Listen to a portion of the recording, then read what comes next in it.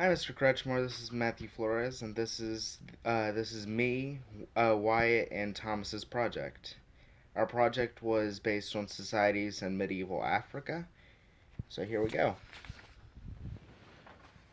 Our focus question was what factors influence the development of societies in Africa.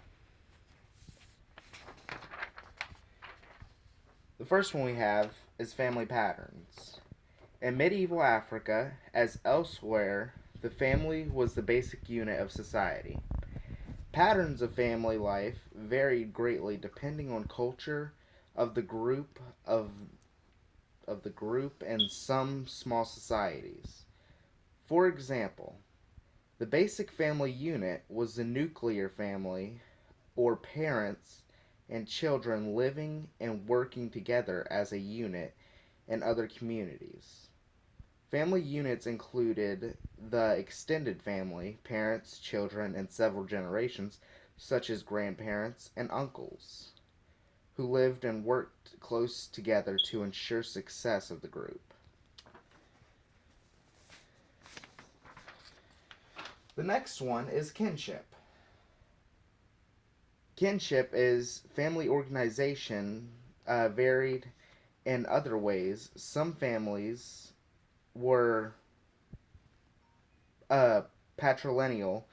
In these families, important kinship ties, such as inheritance, were passed through the father's side. Other families, such as the one described by Ibn Buddha, were matrilineal, with inheritance traced through the mother's side. In some cultures, one spouse would move to the other spouse's village and join his or her parents' family. Matrilineal cultures forged the strong ties between brothers and sisters. Brothers were expected to protect their sisters, and sons were expected to help their brothers whenever needed. Next, we have extended lineages. Extended lineages is where each family belonged to a lineage or group of households who claimed a common ancestor. Several lineages formed a clan that traced its descent to an even more remote or legendary ancestor. Next, we have political powers. Most medieval African farming peoples lived in tight knit communities, helped each other in tasks such as clearing the land, planting, and harvesting. As communities grew, the need to form a government arose. Throughout Africa, political patterns varied depending on the part, on size, and culture of the community. Next, we have power sharing. Unlike the large kingdoms, smaller medieval African societies were often organized with power sharing among a number of people rather than centralized in the hands of a single leader. Villages often made decisions by a process known as consensus or general agreement. In villages that were of a large kingdom, such as Songhai, uh, decisions made at a distant court had to be obeyed.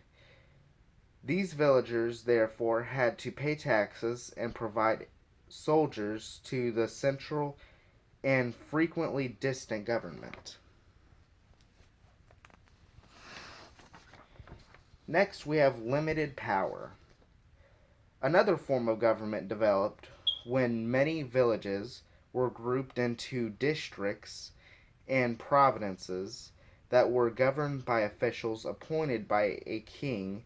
It might seem like a king wielded absolute power. However, in some societies like Kingdom of Congo, the monarch's power was somewhat limited. Next is religious beliefs. As you have read, Religion played an important role in the development of medieval African societies. Religious beliefs that existed before the arrival of Islam and Christianity were varied and complex. Many Africans believed that a single, unknowable supreme being stood above all the other gods and goddesses. Some African people believed, like the Chinese, that the spirits of their ancestors could help or punish their descendants on Earth.